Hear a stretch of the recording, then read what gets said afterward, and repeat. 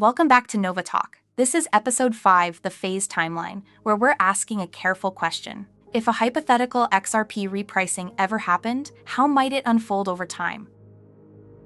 Just as important, how would it probably not happen? Not as a clean overnight jump, and not as a simple straight line that only moves one way. In this episode, we're using a phase timeline as an illustration, so we can think clearly about uncertainty, volatility, and uneven market behavior. Before we go further, this episode is for education only. It's not financial advice, and it isn't a prediction of what the market will do. Please do your own research and treat every timeline, catalyst, and price illustration here as a hypothetical framework, not a promise. To make this easier to examine, we'll use a moderate scenario as the central example for this episode. That's an illustration only, not a forecast. If something like repricing ever did play out, the more realistic framing is phases.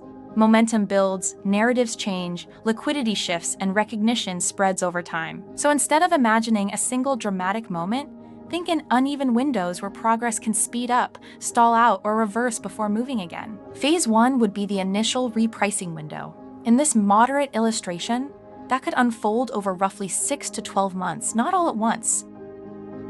That phase would depend on catalysts the market can already see, like the DTCC launch, the Clarity Act getting voted on and passed through, and continued ETF inflows if they remain supportive. Even then, those are conditions, not guarantees. Any repricing inside that window would likely be uneven, reactive, and highly sensitive to broader market mood. Phase 2 is where broader adoption starts being recognized by the market.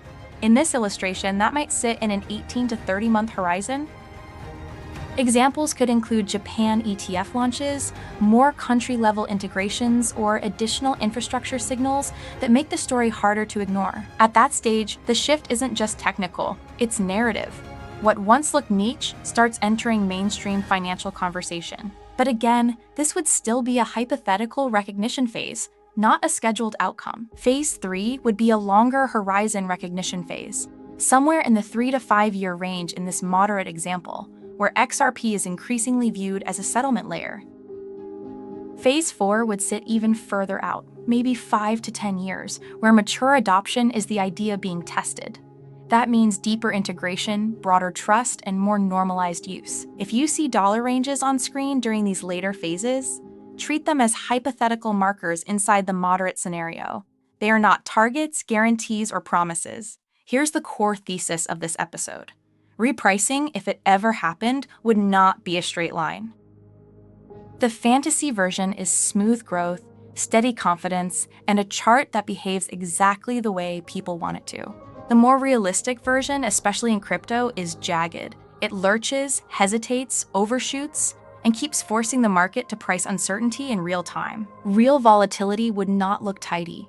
It could include parabolic jumps that pull attention in fast and make every move feel bigger than it is. Then you could get sharp 30 to 50% corrections even inside a bigger bullish narrative.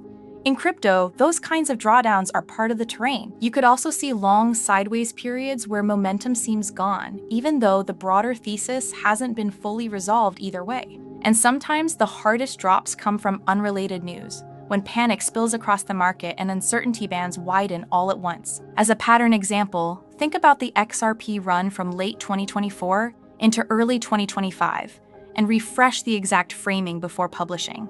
The point here is pattern, not prediction.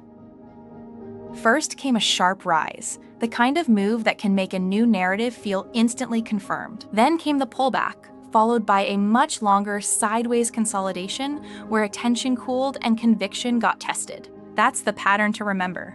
Violent bursts can happen, and long resting periods can follow. In markets like this, both are normal. So if you take one thing from this episode, let it be this. Take volatility as seriously as upside, and be cautious with any straight line story that sounds too clean. Next time, we'll look at why price can still fall even when the news appears bullish.